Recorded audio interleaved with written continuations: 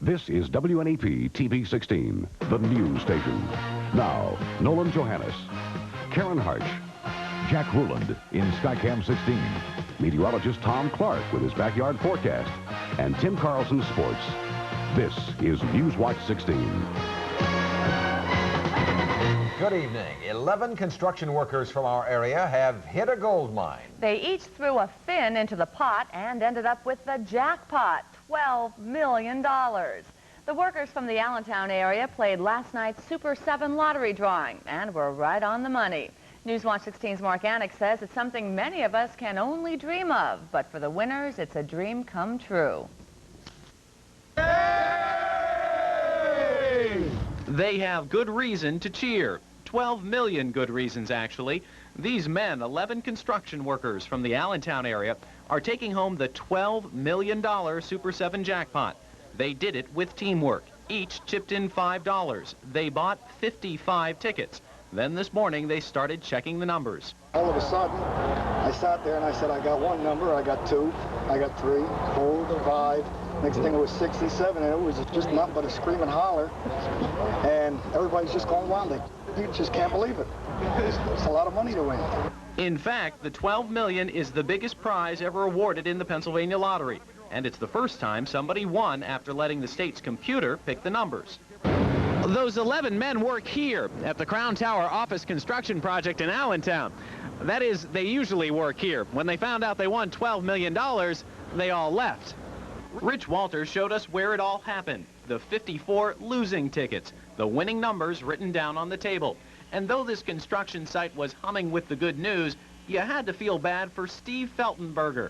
He wanted to chip in $5, but only had $3.50. Oh, it's been a long day. If it were me and that happened, I'd really be kicking myself today. Yeah, I've done that quite a few times. The proverbial kick in the rear end. While Steve keeps kicking, the rest are still celebrating, and probably will be for the 25 years those payments keep coming in. Mark Anik, Newswatch 16, Allentown. The sound of heavy machinery in the Lackawanna River is bringing sighs of relief from some Scranton residents. A $200,000 flood control project got underway today to dredge out 15 hot spots that have caused serious flooding in the past. The state is going in and cleaning out debris from the streams that is restricting the flow of water. When the water is restricted, that's what causes the flooding. Mayor Wenzel admits the state job is just a small portion of the work that has to be done to prevent flooding in Scranton. It does show good faith on the part of the city and with DER and whoever else is playing a part in getting this river cleaned up for us. We don't want to be flooded again. Another project, a long-range $6 million Corps of Engineers job, is being planned right now. It will include levees and concrete walls for the Lackawanna River in Scranton. Close to $10 million in federal money will be used to get rid of mine hazards in Lackawanna and Luzerne counties. 5 mine reclamation projects are targeted for Lackawanna County. The biggest chunk of money will go for a project here at Powderly Creek in Carbondale Township. Close to $4 million will be spent here alone. This area used to produce 100 million tons of coal a year back in 1910, 1920, with no environmental controls. So the holes were left in the ground, the strip pits were left. We now have strong environmental controls, but we only have 3 million tons of coal being produced. About $4.5 million will go for mine reclamation projects in Luzerne County. The biggest project there is fixing subsidences in DuPont. When Newswatch 16 continues, we'll take you to Lancaster, where the Vice President campaigned for Bill Scranton. Plus, Action 16 will help a Northampton County couple cure an insurance headache.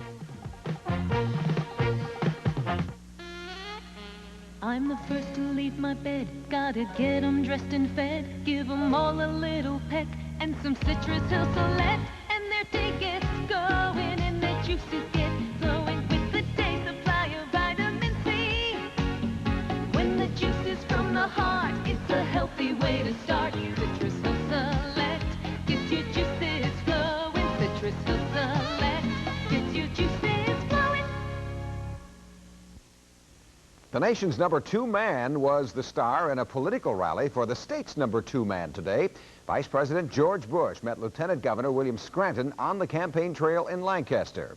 Newswatch 16's Bob Constantini tells us what happened. Today, a distinguished guest and a friend of all Pennsylvanians. Ladies and gentlemen, give a great Pennsylvania welcome to the Vice President of the United States, George Bush. This is how political debts are made. If Bill Scranton is elected governor, George Bush will be looking for Scranton's support in the 1988 presidential campaign. And frankly, I'm proud to stand next to a man who has the executive branch experience already under his belt necessary to run this key state in our country. Throughout his speech at Franklin and Marshall College, Bush sounded as if he's running. A lot of good things have happened since the president has been in office and since I've been in office. And there are more Americans at work today than at any time in the history of the United States of America. And there is opportunity. I'm proud to be an American. The Scranton for Governor rally ended with balloons falling on 1,500 or so supporters. Why Franklin and Marshall? Well, it's considered a generally conservative college in a very conservative area. There was expected to be a minimum of protest. The handful of student protesters said they weren't really mad at the vice president. I'm upset with just the whole use of our college as just a political tool. Bob Costantini, Newswatch 16, with the Scranton campaign in Lancaster. Some PG&W customers in Wilkes-Barre may see some water problems again on Sunday. Crews shut down 2 valves in the Jackson Street area today so they can fix them, but they found out there's more work to do than they first thought. So PG&W will go back in Sunday morning. While that work is going on, some customers in downtown Wilkes-Barre may have low pressure or cloudy water, and people in the Heights section will probably have no water at all on Sunday. Better water news for people in Mackinac. The state says it's okay to lift a water boil advisory for more than 300 customers in the Luzerne County community. They were advised to boil drinking water back in mid-September because the homes were hooked up to an old reservoir that may be contaminated with bacteria. We're told now the water is back to normal for the people in Mackinac. A life insurance hassle made life pretty miserable for members of a Northampton County family. So they turned to Action 16 to straighten things out. Jerry Gartenberg is live now in his office to tell us how he helped out. Jerry? Well, Nolan, Betsy Rauch of Walnutport wrote to me because she and her husband had second thoughts about an insurance offer, an offer that seemed too good to be true. My husband kept saying, there's a catch to this. But Betsy Rauch says a nationwide agent insisted there was no catch. The Northampton County family could up its $5,000 life insurance policy to $15,000 without upping its insurance premiums a penny. The Rauchs gave the go-ahead, then the agent delivered on his promise, even if he did deliver the policy 6 months late. But how could he give the Rauchs more insurance without charging them more? Simple, he took close to $2,000 in earnings out of their old policy and applied it to the new policy. I was shocked. I don't believe in doing that. It's kind of like robbing Peter to pay Paul. Nationwide Supervisor Bill Souders looked into the Rauchs' complaint after my letter.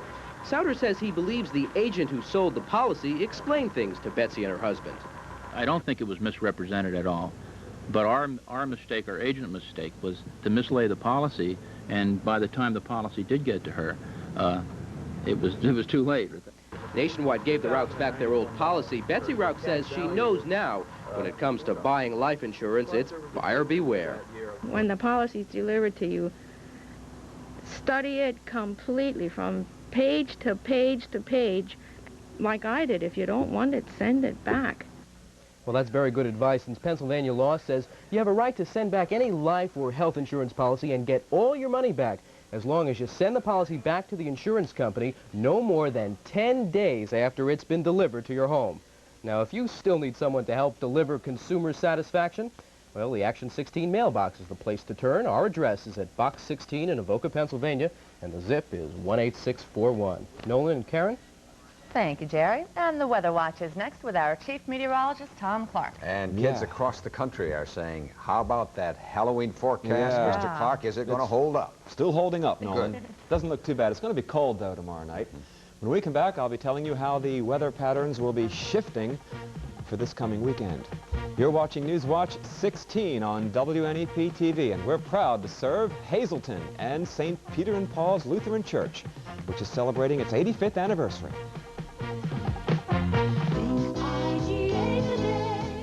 Nothing's too big or too small for your local IGA. What's important to you is very important to us.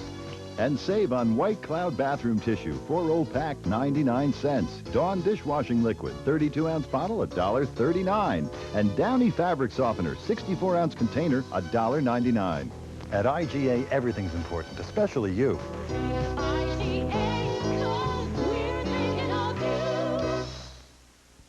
If you think your only choices this winter are scary heating bills or a house that's too cold, think Carrier. Carrier has the new furnace or heat pump you need to cut down those big bills. Buy now with no payments or interest charges till spring. Call for details. Call Mahaffey Energy Systems 44th or C.S. Myers & Son State College for this limited-time Carrier offer. When meteorologists get together, the weather is not small talk. And today, two of our meteorologists had a chance to talk weather with a couple of Far Eastern forecasters. These two women from the People's Republic of China paid a visit to Tom and Noreen Clark. They're meteorologists in Peking, but they've been going to school at College Misericordia since September. They're here learning more about Americans and how to better communicate with English-speaking meteorologists. Ours were happy to oblige. They showed them around the backyard and the weather center. The women go back to China in May. And they say they really like America and our area. So good luck to them. Very good indeed. And just before we go out to town, we want a little clarification here. We talked about the largest jackpot tonight. It was the largest jackpot that was won on a single ticket. There was a bigger amount of money given away in the state lottery cash jackpot, but not on one ticket. Okay, Tom, take it away. Okay, thank you, Nolan and Karen. Never met a Chinese meteorologist before, and it was our pleasure this afternoon. The one girl translates weather journals, American weather journals, into Chinese, and the other works for the satellite service over in China. So we had an interesting conversation about the weather this afternoon. I also had a nice visit today with the 5th and 6th grade students at the Drums Elementary School today, and I want to say hi to all the boys and girls watching tonight and their teachers and principal. In the backyard now, it is mostly clear overhead. The weather watch begins down in Mahanoy Township in the village of Vulcan, where Nicholas Fort checks in with 42 at this hour. It's breezy down there. Joe Mitros in Meckeysville, Carbon County, a crisp wind blowing through his backyard. It's 40 there. And in Lakeville, Lucille Cush, 46 degrees in her backyard now. Here we have a reading that is dropping steadily. It's cold, 44. The humidity, 63%, and the wind is coming down from the north, as it's been doing all day today, 12 miles per hour, gusting to 15. The barometer at 30.37 now, and it's rising as the dense cold air comes in. 57 and 44 the range today. That high came about 1 a.m. this morning. 78, the record high set back in 1946. A cold day a year ago, the high here only 49. And there's a jack-o'-lantern soaking up some sun this afternoon at the Zulik residence in Hazleton. Okay, satellite view from late last night. We put it into motion, and we see some rain moving offshore, and the clouds kind of dissipating over the eastern part of Pennsylvania, actually the eastern half of the U.S., thanks to another giant Canadian high that is now building down over the Great Lakes. Cold air coming all the way down to the Gulf Coast, and they could break some records down there tonight. Now this high will be moving offshore and intensifying, and so it's going to keep our weather dry right through Halloween into the first part of the weekend. Storm system out in the Rockies has been putting down quite a bit of snow out in Washington State and some rain tonight. It looks like this front will move east and pass over Pennsylvania on Sunday. But for tonight, those winds will diminish under, well, a few clouds this evening, but it will become nice and clear everywhere. A one-blanket night with some frost on the pumpkin by daybreak. 27 in Montrose, Moscow 27. A big hello to the Cub Scouts in Pack 126, Den 7, watching tonight from Moscow. Drums 29, Coltmont 31, and Faxton 30 tomorrow morning, and the wind from the north at 10 miles per hour. Here's the sunrise for tomorrow morning, 6:33, and 5:01 is the sunset tomorrow. And we too have a jack-o'-lantern, and I'll put him right there for now. My wife carved that one. Clear tonight, sunshine tomorrow, only 52, into the 40s tomorrow night for Halloween night. So dress warm under the costume. Saturday, partly cloudy. The wind will shift and bring back some warmer air, about 60 on Saturday, windy, and some showers likely on Sunday. So we have our jack-o'-lantern, too. You're right in season. The poor kids have to put their coats over their costumes tomorrow, right. right? Or under the costume. Yeah, sweater underneath, maybe. Okay. Yeah. All Thanks. Right. Thanks. Giving me ideas. Tim Carlson is next with the Sports Watch and talk about this week's Penn State trip to West Virginia. Plus our sports star of the week who helps the millionaires cash in. Guess what's coming up? That's right, it's the holidays. And the Pennsylvania Lottery wants you to know about their new Holiday Cheer game. Now, with Holiday Cheer, you just scratch off the stars and you can win up to $50,000 instantly. There'll even be 2 grand prize drawings for $1,000 a week for life. Makes a great gift for somebody dear. Play the Pennsylvania Lottery's new $1 instant game, Holiday Cheer. How many grand prizes is that, dear? You slay me. To clear a little snow, an Aaron's ST2+2 Compact is your best choice.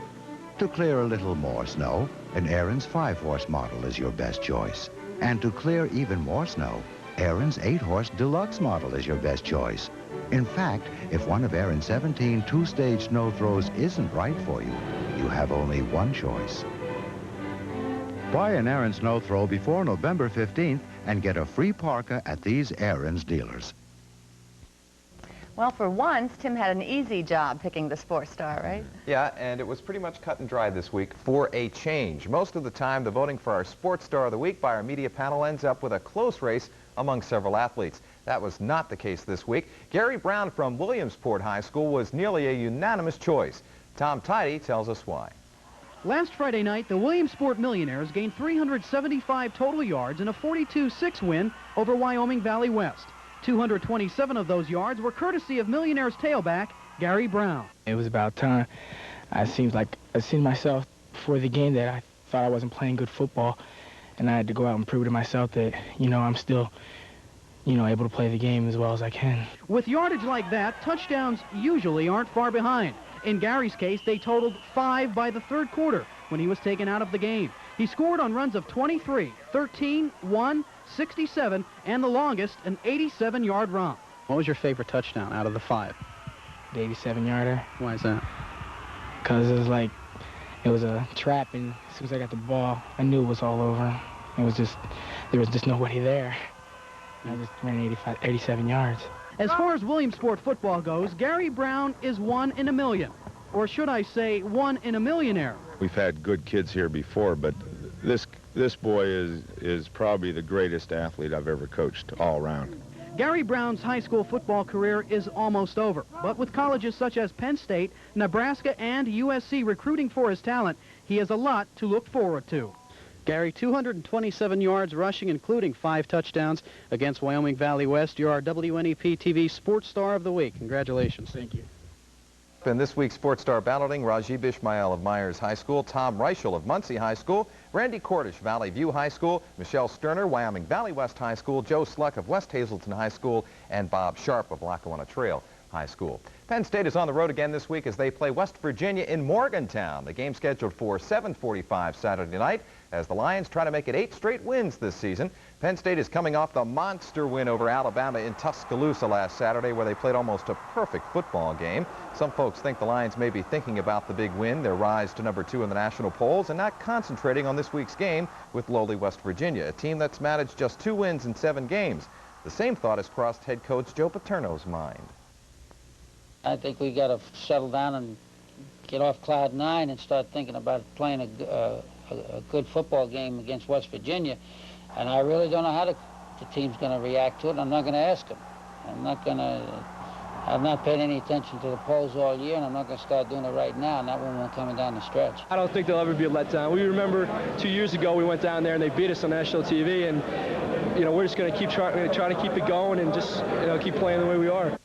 Once again this year, Sports Watch 16 is pleased to help out the Columbia County unit of the American Cancer Society by making a challenge to high schools involved in its Telethon of Hope coming up this Sunday. A jail-a-thon will be part of the telethon, where local high school football players will be placed behind bars. The school that raises the most money to bail out their team member will win a Spirit Award. But let me add a little more incentive to the participants. I will wear the team hat of the school that raises the most bail-out money right here on the Sports Watch for an entire Sports Watch segment. And that's a promise, and I will be glad to do that to help out the Cancer Society. By the way, very quickly, Orioles and Padres made a trade today. The Orioles sent Storm Davis, a pitcher, to San Diego. Terry Kennedy went to the Orioles.